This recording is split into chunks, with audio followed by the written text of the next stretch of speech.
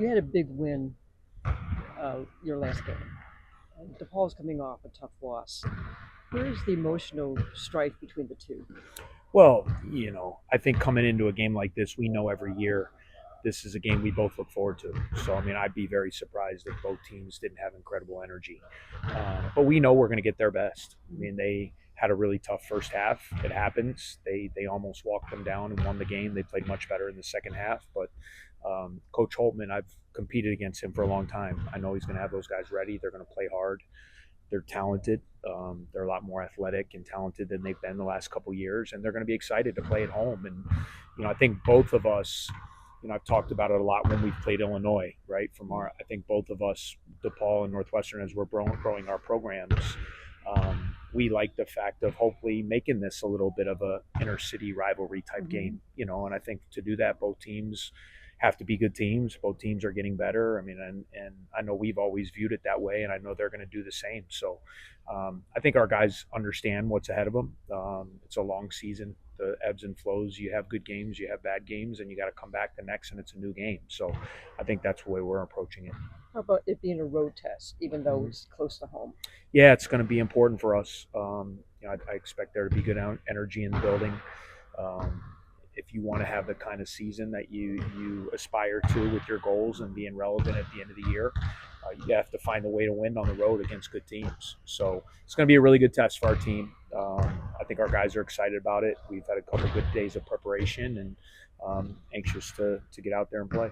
How important is it with your players that you just got into your system? Jaden and Arlington, players like that. Yeah, I mean, I think we're still a work in progress, even though we've had some success early. I still think the players are figuring out each other. I still think the staff's figuring out the players. And like I tell the guys all the time, like we want to keep getting better and evolving as a team, but you want to learn by winning and not have to learn hard lessons. So, I think we're going to keep getting better.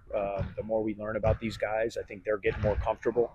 I think for me, I've talked about it a lot, getting more comfortable with playing more guys and kind of keeping guys fresher. And, that's been new to us and something that I like. I mean, I like having more depth and more athleticism, more talent, and hopefully over the course of the year, that'll pay dividends. So I'm still learning about our guys and rotations. And like I said, game to game too, different guys are stepping up. We saw it. Every game you can see examples of a couple guys. We saw Justin last game really step up, 16 points. Max Green doesn't play in the first half, 16 in the second. So I think you're going to see that all year long with a lot of our guys. I think we have a lot of good players that can help, and from a game-to-game basis, we'll see kind of who has it going. Looking at margin of victory, this is not only the most dominant start Northwestern has had in your time here, but in program history. What do you just credit that to?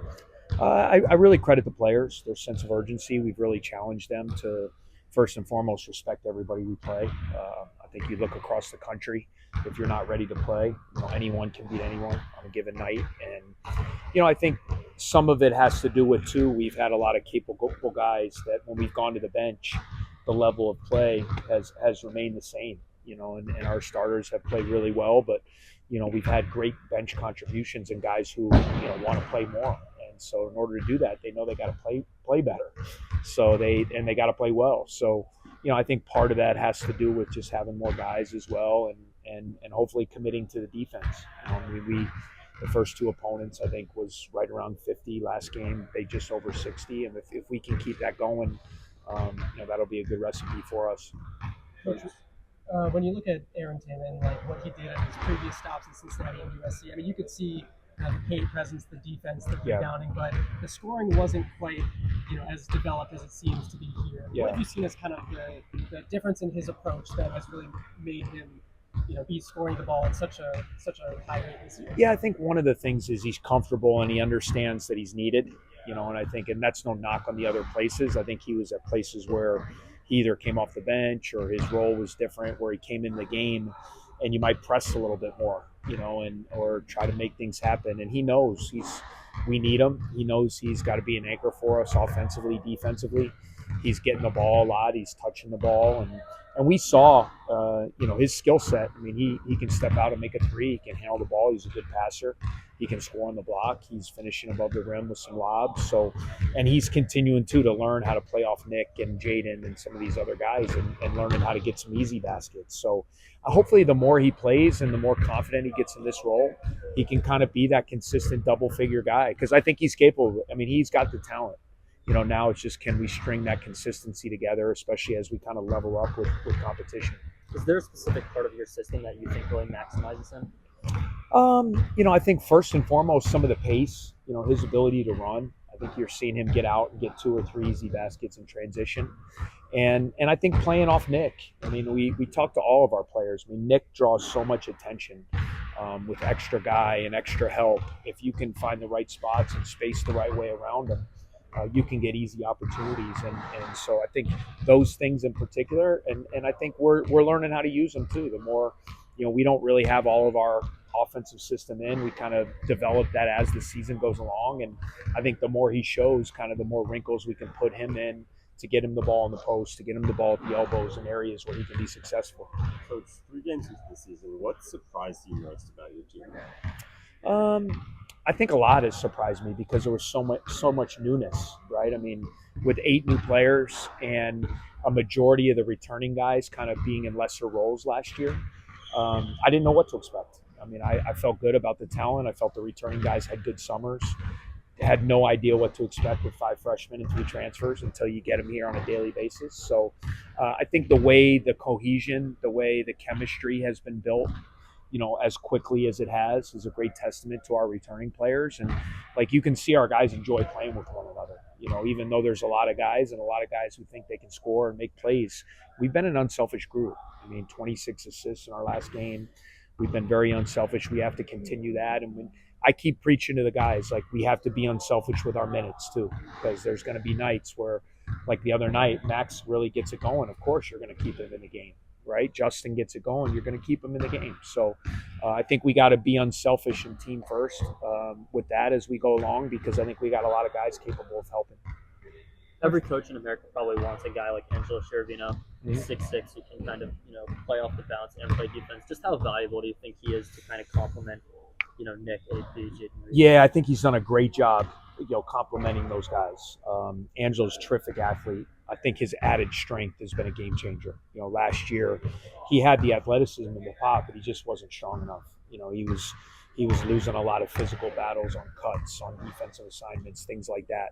He got in the weight room. He gained 10 to 15 pounds of muscle. He's playing a lot stronger this year. He's playing through contact. And because we're playing a little bit faster, it's really helped him as well. It's allowed him to kind of use his speed in the open floor and be that slasher, that cutter. He's taken his open shot with confidence and shown he can make an open 3, and he's been a good defender. So I really like him with that first group, just because I think he complements the other guys perfectly. Coach, I wanted to ask about Trey Singleton. Obviously, in the lineups where he's next to Aaron Tatum and Nick, he's typically had to guard someone who's smaller than him. And, so far we've seen a little bit of the foul trouble come with that. How have you worked with him, coaching him on the defensive end of that regard? Yeah, just a freshman learning. I was really pleased. I thought the second half was great for Trey. He was a little bit snake bit in the last couple games. He had a couple shots in and out. He missed some free throws, missed a couple shots around the lane. You could see offensively he was starting to get a little bit frustrated. Shots he normally makes didn't go in. And then he had a big second half. He's able to play with force, get to the basket, hit a corner 3, make some free throws. So I think he's settling down offensively. I think defensively it's about learning how to be physical without fouling.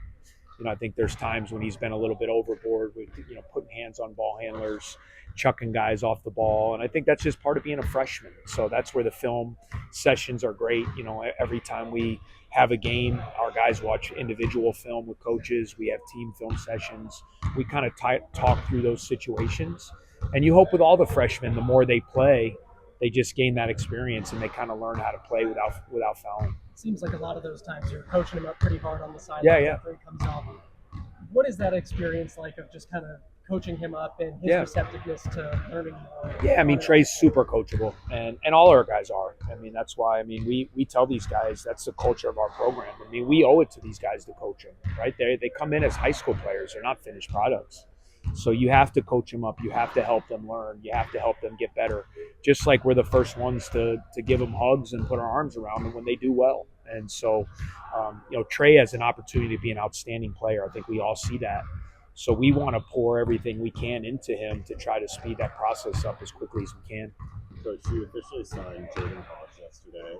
Talk us through what his recruiting process was like and what you saw in him that made you confident he was the right fit for this program. Yeah, I mean, fit is everything for us. And I think it's something we've really focused on here, especially in the last 5-6 years in our program. The guys that really not only are talented guys, but fit what we do.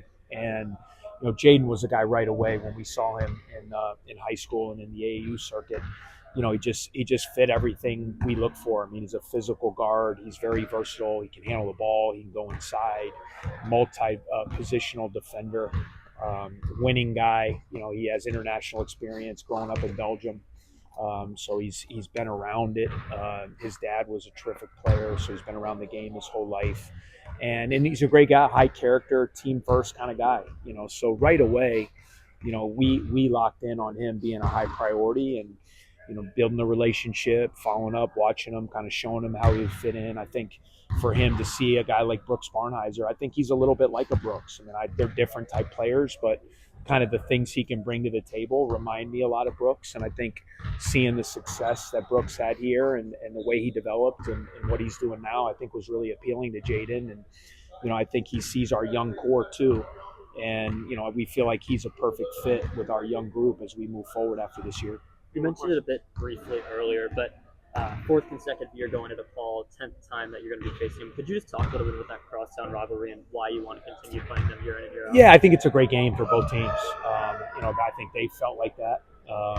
I've always felt like that. I think it's a terrific game to play. It's a local game. We've always played it around the holidays. Mostly it's been near Christmas this year, close to Thanksgiving. But it's always drawn well. There's a good energy, two local teams that are both high major programs. And I just think it makes sense for us in a lot of ways. And I think both of us, Coach Holtman's going to do nothing but get that program, continue to get better every year.